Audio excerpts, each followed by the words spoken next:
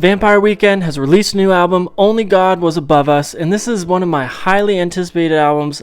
After I heard the singles, here are my first thoughts. Holy moly, this is an album. If you like indie rock, indie folk, indie anything, this is the album for you.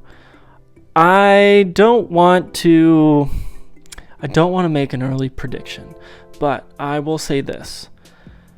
This album made me feel the same way that Sufjan Stevens' album last year made me feel.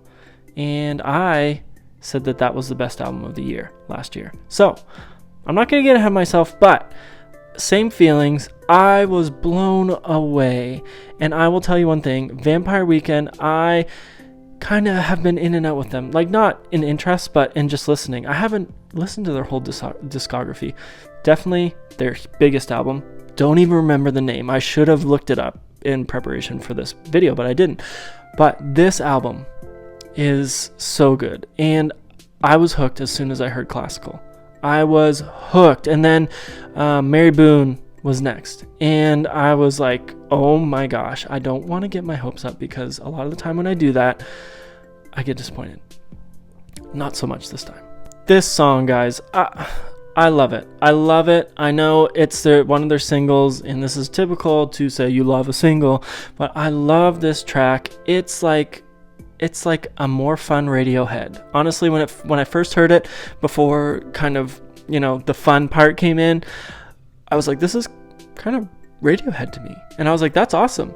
And then I was like, oh no, but this is Vampire Weekend. And it felt so out of the box for them. I loved it. And then if you just see this name, Mary Boone, if it's not stuck in your head as soon as somebody just says, not sings, says Mary Boone, if this song doesn't come up, I don't know what's wrong with you, because I will never, ever, not that anybody will say Mary Boone very often to me, but if anybody does, this song will come in. I just want to sing it every single time. And then this is the typical Vampire Weekend that I know that I like.